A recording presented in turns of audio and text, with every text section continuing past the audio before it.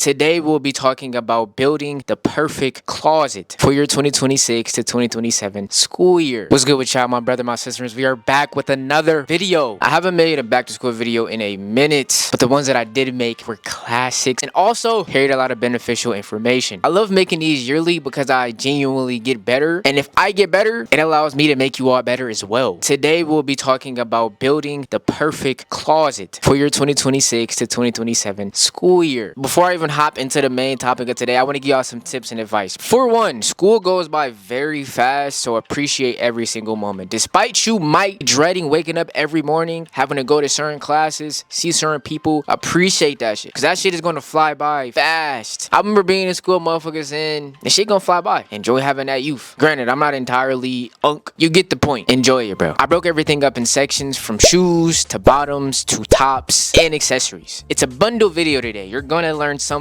whether if you need new tops, new pants, accessories, whatever the case may be, you're gonna get something from this video. But we're gonna start off with shoes. Back then, I was not a big fan of actually wearing shoes. I was a slip-on kind of guy. Yeezy slides, Crocs, Birkenstocks. There may be more out there, but in my opinion, those are the best three when it comes to having a lazy day at school. You don't feel like trying hard and you want to be comfortable. It's Thursday, Friday, you know, the weekend coming up. You don't want to try too hard. Those three are good essentials to have, especially the Birkenstock. You can actually make a fit when it comes to Birkenstocks. Do not be afraid to try. It is indeed possible to make fits with slip-on shoes. Now, getting into the actual shoe wear, when you walk into school classes now, bro, this motherfuckers in Rick Owens, Balenciaga, LVs. Bro, we're in Miss Mitchum's social studies class. It's 8:29 in the morning, gang. Why do you have on a whole runway fit? Be reading textbooks today, gang. I respect it though, but for this, we're keeping it on a budget. New Balances, specifically the 530s or the 2002 Rs. For sure, my favorite line of New Balances. Converses. With these, you can mix and match low or high. Me personally, I'd go low. I feel like it goes with a lot more fits in comparison to the highs. Vans. Now, Vans nowadays may be on a higher side depending on which ones you're getting, but there's so many different colorways, it's nearly impossible not to find a pair of Vans that you like and cater to you. But as well, if you want to take it up a notch and you're not too worried about a budget, there is a lot of good different high-end Vans that you could go to. And last but not least, we have GTO Cyrus's. I've been speaking on these since forever. These shoes will save your life. A lot of good colorways to choose from, so you're bound to find one that you like. They are a unique looking shoe, if I had to say so myself. Thick, chunky silhouette, and they're skating shoes for all my skaters, you know. 2-for-1 combo there. These few shoes are the main shoes I've worn throughout my entire school year, and I don't regret it. Next up, we have bottoms, which in my opinion is the most important part of the fit. You're not walking outside with your drawers on with just a shirt and some shoes. You're not doing that. But despite this being the most important part of the fit, you don't have to go all out. 3 to 4 pairs of bottoms can last you the entire school year. I know that may not sound a lot given the fact of how many days and months of the school year there is, but trust me, these 3 to 4, if done correctly, mixed and matched, can do you a lot of justice. Prioritizing neutral colors such as black, gray, blue are compatible with a lot of different colors, which gives you more options to put actual fits together. And this same thing also applies with sweatpants. In my days, I literally wore sweatpants almost every day. My 12th grade year of high school, I stopped caring about everything. It's the last year, I'm just trying to go in, get out. Yo, having a few pairs of sweatpants really saved me a lot of time and comfort as well. In my opinion, comfort is everything, so I always prioritize my sweatpants over the jeans, the shorts, etc. Nothing to worry about. 2 to 3 pairs of sweatpants can last you the entire year. Again, those neutral colors being black, gray, blue. And if you're looking for a unique pair of sweatpants but are also on the minimalistic side, these right here, great everyday wear, comfortable, looks good, and goes with everything.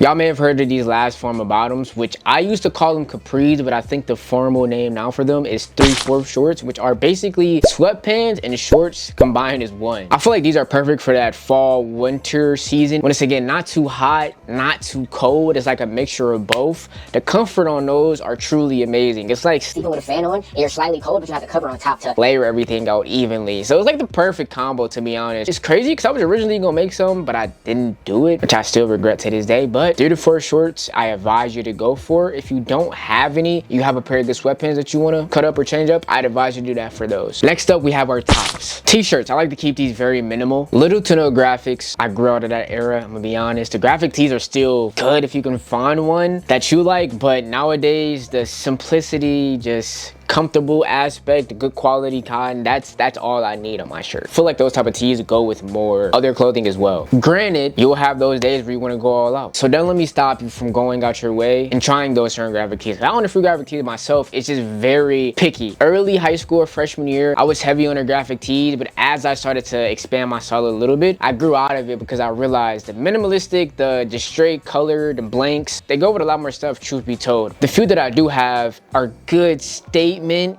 graphics that enhances the outfit overall. But for like the more relaxed, delayed, chill days, get you a pair of black and white tees. Specifically, I'd say Hanes Slim tees, especially if you've been in the gym, you know, you got some tattoos, you mean? It just gives a certain vibe of like, yeah, Aquaman type shit. I know a lot of people wear Goodfellow tees too. I never really tried those, so I can't be too of a judger. But if you want to go that route as well, you can do those too. Same thing applies for hoodies. They were never really a graphic detail thing for me, but more so for the comfort aspect of the fit overall. For example, Yeezy Gap hoodies, Gildan hoodies, but goes well to finish off outfits, almost like a flannel. Simple detailing that complements the shirt underneath. For those instances, I feel like having a graphic tee is a good thing to do. Not only do you have the flannel or a hoodie zip up, which isn't the most detailed, but the aspect of the graphic on the tee emphasizes, hey, I got on a graphic tee, but I also got a hoodie over it. So it's like the hoodie or the flannel is almost piggybacking off of the shirt, combining the two together as one. Sweatshirts, crew necks, a lot of different names. I look at the 3/4 shorts and crew necks, sweatshirts as the same thing, just in top format. It's a mixture of a shirt and a hoodie, just without the hood. Again, perfect for that fall, winter, not too cold, not too hot, perfectly built together. And last but not least, probably the most important thing I'll add onto this list, accessories. With accessories, it made things 10 times better. If you really want to pop out, stand out, you can have on a good pair of denim shoes, top, but accessories is a real cherry on top. Bracelets, necklaces, rings, scarves, whatever you tend to add on will boost your fit tremendously. Now the question you all may be wondering, wanting an answer to, where do you get these clothes? Luckily for you, I have an answer. Thrifting and Depop is where I curated 95% of my clothes. Maybe besides the shoes. But even some shoes I got thrifted. Most of my boots, Depop or thrifted, especially my Timbs. You'll be surprised, yo. You can find a good quality pair of boots. Timbs, to be Pacific on my part, affordable prices. Of course the bottoms and the tops, but bro, you go on Depop right now, you can see a pair of Converses, freshly unworn. Timbs, it's there. New Balance, it's there. I'm telling you. I know a lot of you probably go to the mall, in-person shop, you go to Marshalls, Burlington. This year, ask your parents if you get an allowance or if you got the bread yourself, go on a Depop shopping spree. Go on a thrifting shopping spree. I promise you, guarantee you, you're gonna come out with a lot more clothes and save a lot more bread. I would not lie to you. Once you have these few things on the list, you're pretty much good and ready to go for the school year. You can of course continue to build more along the items I had told you, but you don't have to overdo it if you don't want to. I gave you the perfect layout. Anything else is just a cherry on top. As I said previously in the video, I was a person that didn't like to overstep. I never really overdressed in school, but people knew me for it, which is crazy because at the same time it's not. I only really posted all my good fits on Instagram, so somebody would look at my Instagram and then see me in person and be like,